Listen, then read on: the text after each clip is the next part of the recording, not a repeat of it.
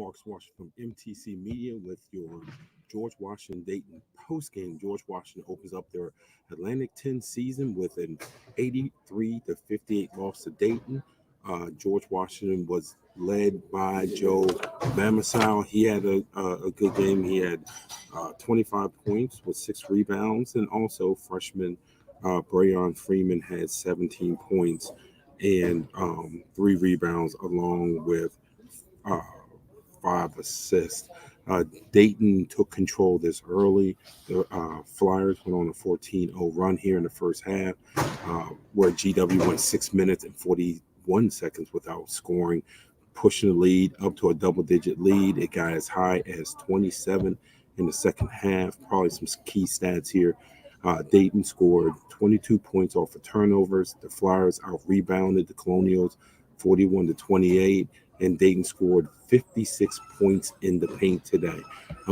If there was 3 takeaways here, the freshman ball handlers for both teams were good. I was impressed by Brayon Freeman. Played really well against Dayton's pressure defense. He was able to deal with that pressure as a primary ball handler and secondary. He hit some big threes when GW was trying to get back in the game. In the first half, he finished with 5 3-pointers, and really was the only Colonial who tried to get 2 feet into the paint.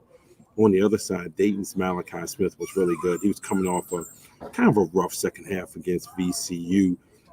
Smith showed absolutely positively no hangover whatsoever. He ran Dayton's offense to perfection, not only as a scorer, but also as a facilitator.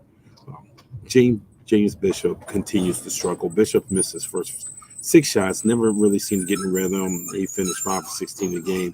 He also struggled with turnovers, committing 4 turnovers. And at times it seems like he struggles when he's not the focal point of the offense. And for the Colonials to be successful, Bishop has to learn how to pick and choose the spots. I know Coach Christian said after the game he thought he had some really good looks, and Bishop did have a lot of good looks, but he just seemed to be a little lost out there. And last but not least, where was Ricky Lindo Jr.? I don't mean that as a criticism. It just seems like he was never involved and engaged in this game, especially on the offensive end. And maybe GW could have helped that if they had gotten him some early touches. It was hard to get rebounding. So like I said, Dayton, as I said in my pregame, Dayton is the best defensive rebounding team in the Atlantic 10. So, maybe trying to get Lindo Jr. some touches via the pass, not asking him always get touches off pounding the offensive glass. Going forward, though, Lindo Jr. has to be involved more. So that's our takeaways from this afternoon's game. Again, Dayton beats George Washington 83-58.